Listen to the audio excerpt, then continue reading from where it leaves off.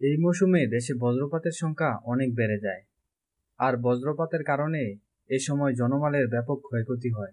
এবার আসুন তাহলে জেনে নেই বজ্রপাত থেকে বাঁচার উপায়গুলো কি কি। 1. দালান বা পাকা ভবনের নিচে আশ্রয় নিন। ঘন ঘন বজ্রপাত হতে থাকলে কোনো অবস্থাতেই খোলা বা উঁচু স্থানে থাকা যাবে না। সবচেয়ে ভালো হয় কোনো একটি পাকা দালানের নিচে আশ্রয় নিতে পারলে। 2. উঁচু গাছপালা ও বিদ্যুতের লাইন থেকে দূরে থাকুন।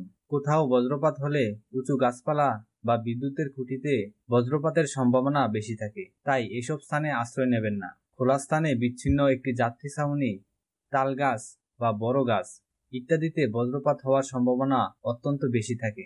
জানালা থেকে দূরে থাকুন। বজ্রপাতের সময় বাড়িতে থাকলে জানালার কাছাকাছি থাকবেন না।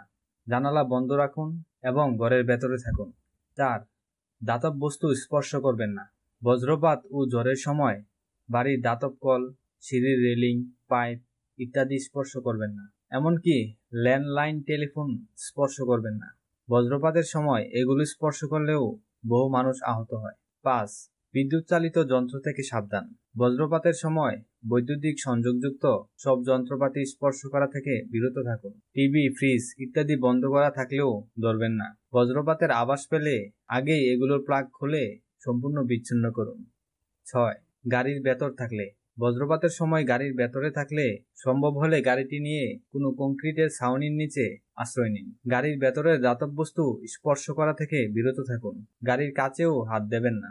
7. খোলা ও উঁচু জায়গা থেকে সাবধান।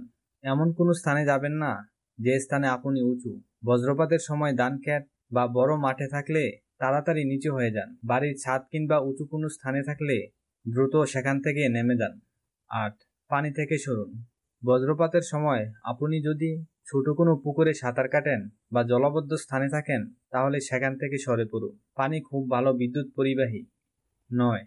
পরস্পর দূরে থাকুন। কয়েকজন মিলে খোলা কোনো স্থানে থাকাকালীন যদি বজ্রপাত শুরু হয় তাহলে প্রত্যেকে 50 থেকে 100 ফুট দূরে সরে যান। 10. নিচু হয়ে বসুন। যদি বজ্রপাত হওয়ার উপক্রম হয় তাহলে কানে আঙ্গুল দিয়ে নিচু হয়ে বসুন। চোখ বন্ধ রাখুন, কিন্তু মাটিতে শুয়ে পড়বেন না। মাটিতে শুয়ে পড়লে বিদ্যুৎস্পৃষ্ট হওয়ার সম্ভাবনা বাড়ে। 11. রবারের বুট পরুন। বজ্রপাতের সময় চামড়া ভেজা জুতা বা খালি পায়ে থাকা খুবই বিপজ্জনক। এ সময় বিদ্যুৎ অপরিবাহী রবারের জুতা সবচেয়ে নিরাপদ। 12. বাড়ি সুরক্ষিত করুন। আপনার বাড়িকে বজ্রপাত থেকে নিরাপদ রাখতে প্রয়োজনীয় ব্যবস্থা নিন।